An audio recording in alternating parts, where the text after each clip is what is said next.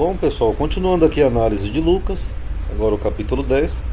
Lembrando que eu só vou falar coisas que sejam novas, tá? Porque na análise crítica eu já fiz uma comparação dos evangelhos, sinóticos, tudo, então seria desnecessário.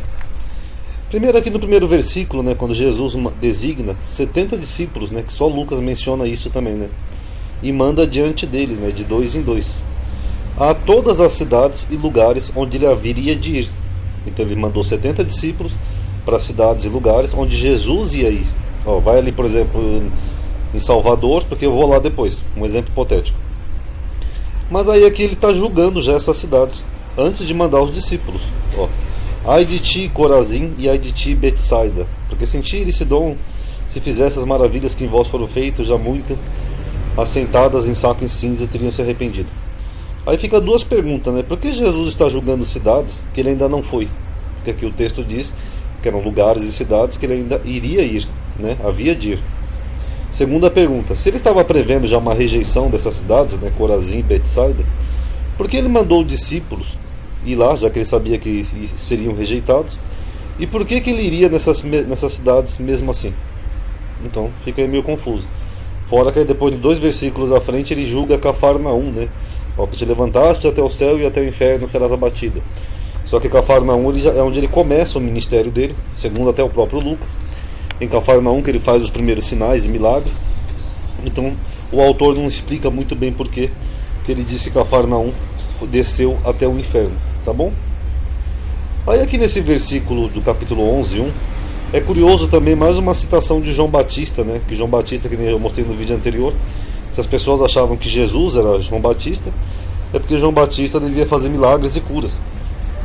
E aqui nesse outro versículo, Lucas nos informa que João Batista também tinha ensinado os seus discípulos a orar. Ó, aconteceu que estando ele a orar num certo lugar, quando acabou, lhe disse um dos seus discípulos: Senhor, ensina-nos a orar, como também ensinou João aos seus discípulos. Curioso, né? E aí Jesus ensina a orar, ele fala do Pai Nosso, e depois do Pai Nosso ele dá uma explicação, né, de como eles deveriam orar. Ele fala assim: a qual de vós terá um amigo, e se for importuná-lo à meia-noite e disser: amigo, empresta-me 3 pães, pois que um amigo meu chegou à minha casa, vindo de caminho, e não tenho o que apresentar para ele. Se ele responder de dentro: não me importunes, já está a porta fechada, eu e os meus filhos estão comigo na cama, não posso levantar para te dar.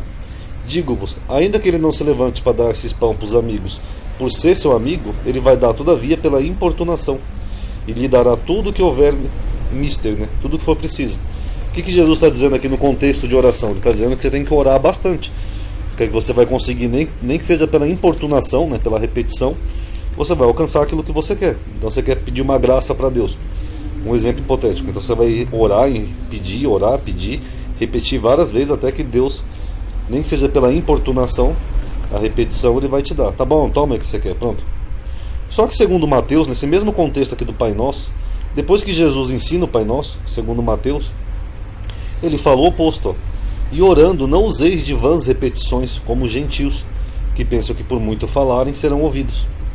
Então curioso, né, que Mateus fala uma coisa e Lucas fala outra no mesmo contexto, né?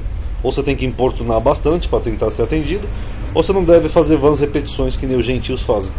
Então fica aí meio confuso. Aí aqui, só para finalizar esse capítulo, tem aquela famosa citação, né? Porque desta geração será requerido o sangue de todos os profetas. Eu já fiz um vídeo aqui mostrando que isso aqui é um mito, tá? Que os judeus mataram os profetas, que desde a fundação do mundo foi derramado. Então desde que o mundo foi fundado já devia ter judeu matando os profetas, né? Segundo Lucas. Tô brincando, aqui a fundação do mundo deve ser uma referência a Israel.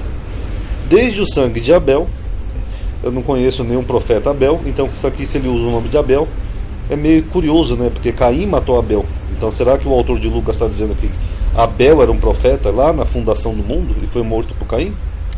Então fica meio confuso isso aqui. Até o sangue de Zacarias, né? Que foi morto entre o altar e o templo. Bom, o profeta Zacarias lá da Bíblia, ele não morreu entre o altar e o templo, né? Então isso aqui gerou até uma certa controvérsia, né, na teologia, porque ficou meio difícil de precisar de quem que Jesus estava falando aqui. As Bíblias dão hipótese.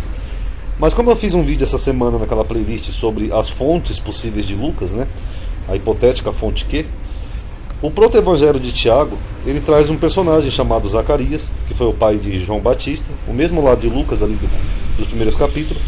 Zacarias também era um profeta, né, no sentido de profetizar, e Zacarias foi morto, né, do lado do altar, o que faria mais sentido, né, que quando os anciãos chegaram lá, eles viram o sangue dele coagulado do lado do altar.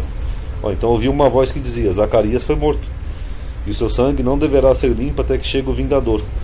Então fica essa hipótese, né? Será que é desse Zacarias aqui que Jesus está falando? Seria uma hipótese, né? Até porque esse Zacarias é mais contemporâneo ali à época que ele está do que o Zacarias lá do Velho Testamento. Só que nós teríamos também uma outra problemática aqui se nós considerarmos essa hipótese.